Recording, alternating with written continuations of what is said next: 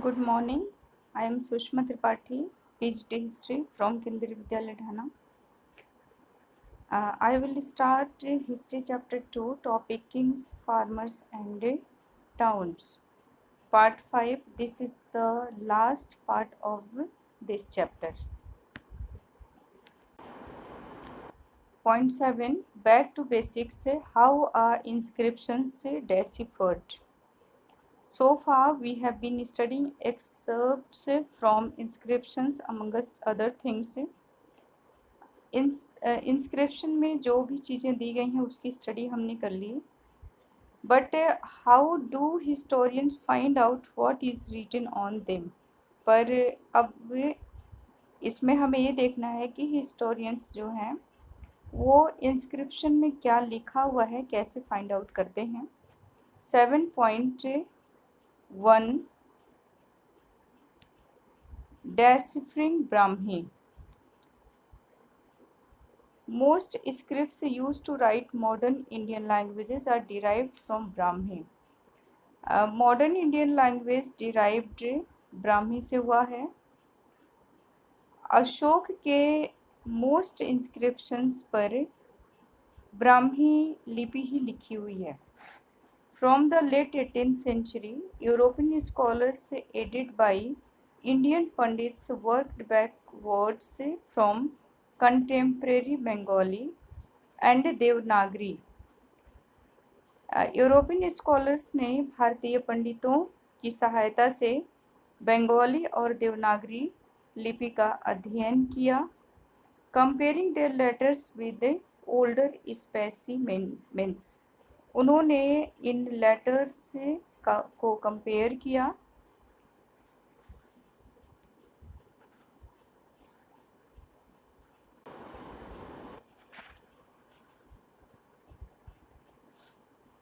आप देखते हैं कि किस तरह से ये ब्राह्मी, दिस इज ब्राह्मी लिपि एंड दिस इज देवनागरी लिपि।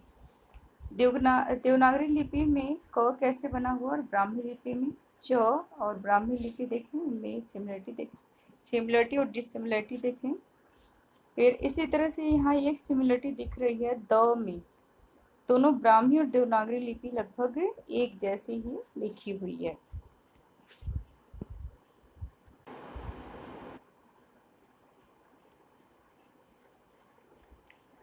When historians studied early inscriptions, they assumed inscriptions were written in Sanskrit, but they were in Prakrit. It was only after decades of painstaking investigations by several epigraphists that James Prinsep was able to decipher Ashokan Brahmi in 1838. बहुत सारे inscription से का अध्ययन करने के बाद James Prinsep वो पहले व्यक्ति थे जिन्हें ब्राह्मी लिपि को पढ़ने में सफलता प्राप्त हुई थी। 7.2 How Kharoshti was read. The story of the decipherment of Kharoshti, the script used in inscriptions in the northwest, is different. North west में जो भी इंस्क्रिप्शन से मिले हुए हैं उन सारे इंस्क्रिप्शन से पर खरोष्टी लिपि मिली हुई है। खरोष्टी लिपि पश्चिम उत्तर भारत में प्रचलित थी। इसी लिपि का प्रयोग इंडो ग्रीक क्वाइंस पर भी किया गया है। Indo Greek who ruled over the area have facilitated matters. Second first century में यहाँ पे इंडो ग्रीकों ने रूल किया था, रूलर्स ने रूल किया था, और इनके क्वाइंस पर यूनानी और खरोष्टी मिलती है। इन क्वाइंस पर किंग्स के जो नाम है वो ग्रीक और खरोष्टी स्क्रिप्ट में लिखे हुए हैं। यूरोपियन स्कॉलर्स ने इसे रीड किया और लेटर्स को कंपेयर किया, और इसमें ये पाया गया कि एक का नाम अपोलो डॉट्स लिखा हुआ है, जिसमें ए का प्रयोग किया गया है। प्रिंसेप ने खरोष्टी इंस्क्रिप्शन को प्राकृत के रूप में आइडेंटिफाई किया, जिससे लॉन्गर इंस्क्रिप्शंस को पढ़ने में सहायता प्राप्त हुई। तो इस तरह से हमने देखा कि कैसे ब्राह्मी और खरोष्टी लिपि को रीड किया गया। ये बहुत मेहनत का काम था और जिसमें पहली बार जेम्स प्रिंसेप को सफलता प्राप्त हुई थी। 7.3 historical evidence from inscriptions. Inscriptions के ऐतिहासिक साक्ष्य। अशोक के इंस्क्रिप्शंस को यहाँ पे क्लोजली स्टडी किया जाएगा।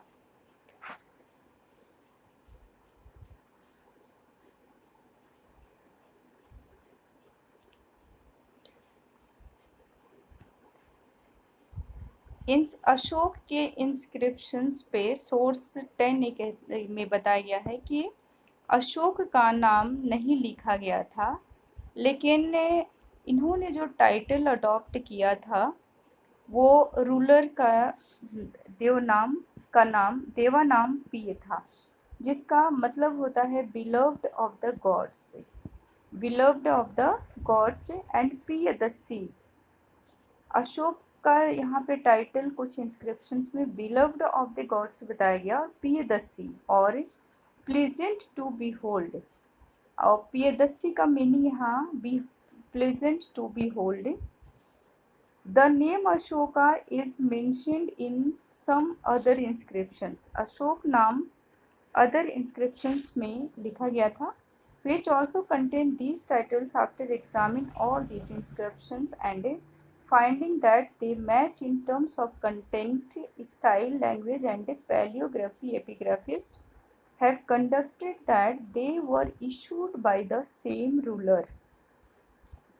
दोनों ही जिस इंस्क्रिप्शन पर पियदस्सी नाम लिखा हुआ है उसमें title pleasant to behold है, और जिस भी इंस्क्रिप्शन पर अशोक नाम मिलता है उसमें टाइटल रूलर का बिलव्ड ऑफ द गॉड्स लिखा हुआ है। दोनों का मीनिंग लगभग सेम है, ऐसा हिस्टोरियंस ने अनुमान लगाया। और दोनों ही इंस्क्रिप्शन पे जहाँ पर पियदस्सी नाम लिखा है, जहाँ अशोक नाम लिखा हुआ है, उनके इन्होंने मिलान किया content, style, language and palaeography, एपिग्राफिस्ट।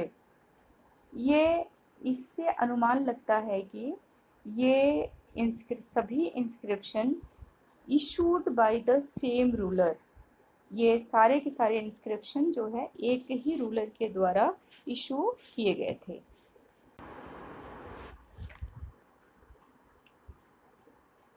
You may notice that Ashoka claims that earlier rulers had no arrangements to receive reports.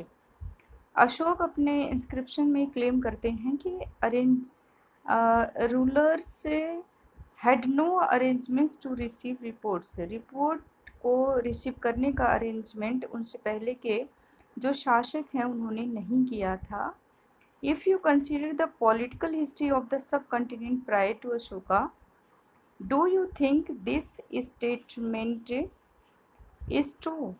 Ashok से पहले के शासकों ने उपमहाद्वीप में किसी भी तरह से अरेंजमेंट्स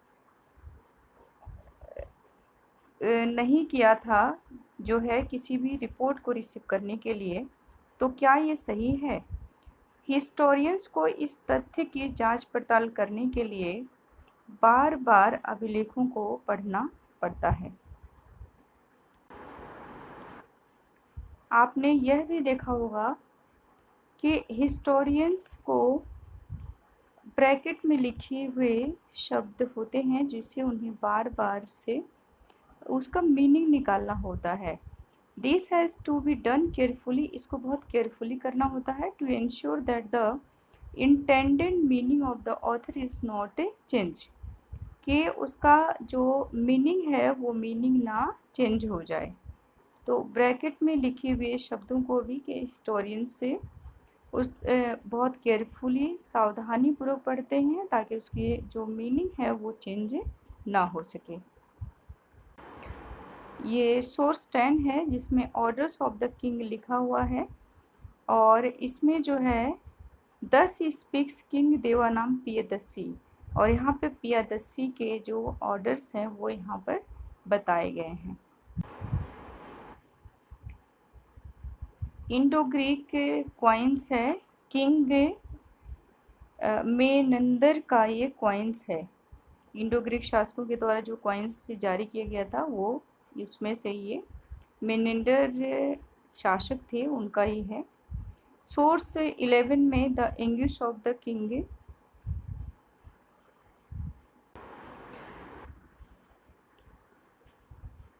राजा के ऑर्डर से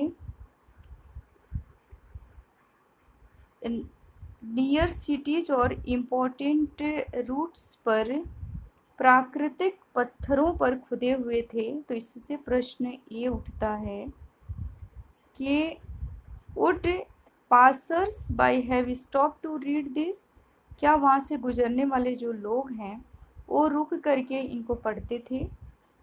most people were probably not literate, बहुत सारे लोग जो है उनमें से पढ़े लिखे नहीं थे।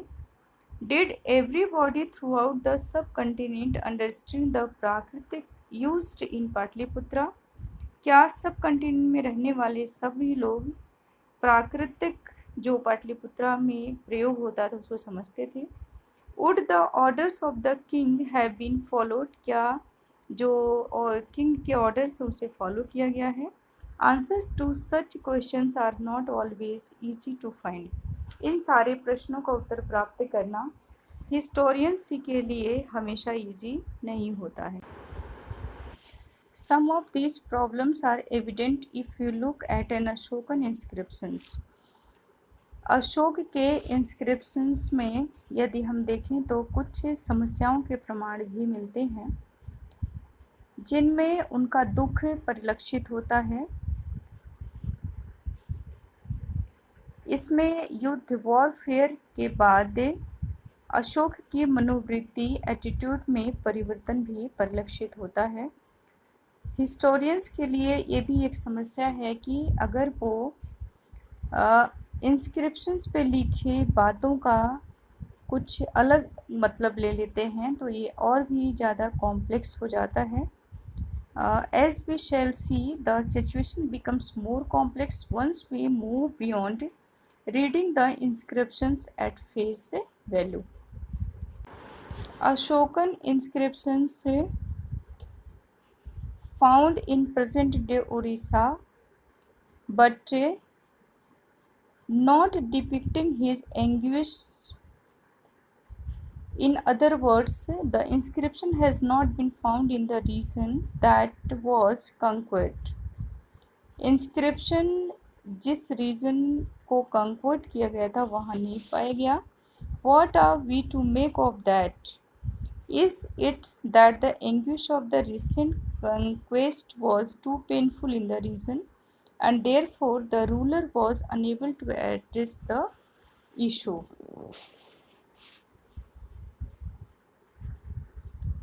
नव विजय की वेदना उस क्षेत्र के लिए इतनी दर्दनाक थी कि राजा उस विषय में कुछ कह नहीं सका। कहने का मतलब ये है कि अशोक के इंस्क्रिप्शन जिसमें उसने कलिंगा को कॉन्क्वेट किया था वो पर्टिकुलर उस प्लेस पे नहीं मिला हुआ है क्योंकि उसमें राजा बहुत दुखी होता है और हो सकता है इसी कारण से उसने जो है इन अभिलेखों को उस क्षेत्र में ना खुदवाया हो। The limitations of inscriptions evidence we will see in 8 point. So there are limits to what epigraphy can reveal. अभिलेखों की भी लिखने की एक सीमा होती है। कभी कभी ये इसका टेक्निकल लिमिटेशंस हो जाता है।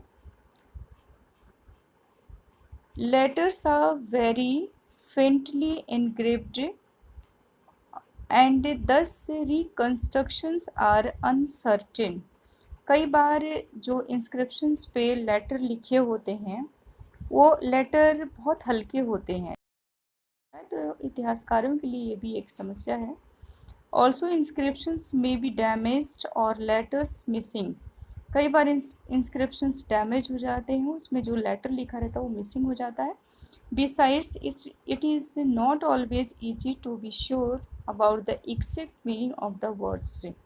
और कई बार ऐसा हो जाता है कि इस जो ऊपर प्रॉब्लम्स बताई गई हैं उसके कारण जो है लेटर्स का मीनिंग भी कई बार अलग लगा लिया जाता है, some of which may be specific to a particular place और time। कुछ जो है particular place और time के लिए specific होते हैं।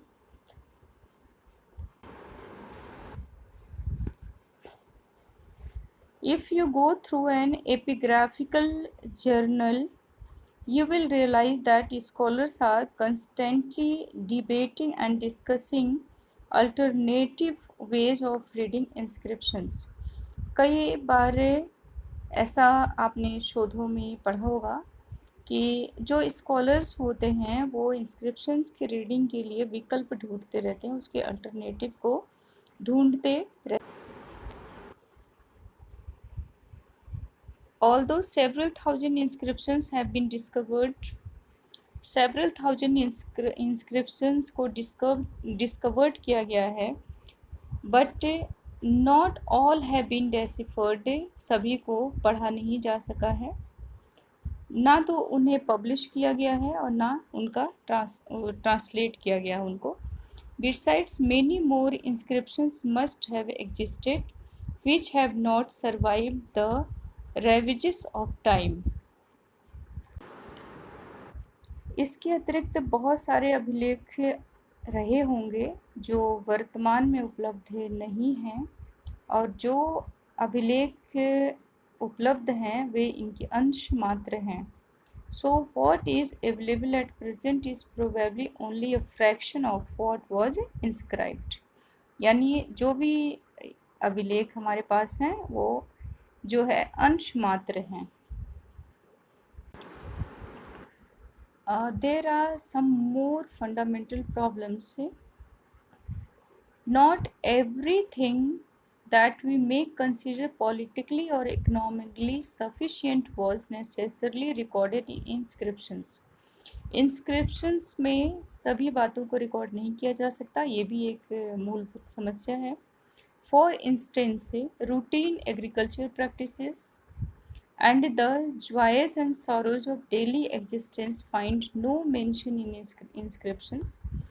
inscriptions में इन्हें मेंशन नहीं किया गया है। which focus more often than not on grand unique events। besides, the content of inscriptions almost invariably projects to perspective of the persons who commissioned them। बल्कि जो इंस्क्रिप्शंस हैं वो बार बार उन्हीं के विषय में लिखते हैं जो इनको खुदवाते हैं। As such they need to be just a post with other perspectives so as to arrive at a better understanding of the past। इसके अलावा जो है अन्य अभिलेखों में व्यक्ति विचारों की समीक्षा अन्य विचारों के परिप्रेक्ष्य में करनी होगी ताकि अतीत के विषय में बेटर जानकारी इकट्ठा की जा सके। यहाँ ये चैप्टर क्लोज हो जाता है। यहाँ कुछ महत्वपूर्ण डेट्स दिए गए हैं जिसमें कि किस समय पे क्या हुआ था, ये डेट हैं। 2 में फिर आंसर इन 100-150 वर्ड से ये क्वेश्चन दिए हुए हैं जिनका आंसर बुक में ही है। ऐसे टाइप क्वेश्चंस 500 हैं वर्ड्स में हैं जो कि 8 मार्क्स क्वेश्चन आते हैं। ऊपर 100-150 वर्ड्स में 3 मार्क्स के क्वेश्चंस होते हैं। मैप वर्क, इसमें मैप 1 मैप 2 से महाजनपदों की जानकारी पूछी जाती है, उनके प्लेसेस पूछे जाते हैं। तो यहाँ पे ये चैप्टर समाप्त होता है। Thank you.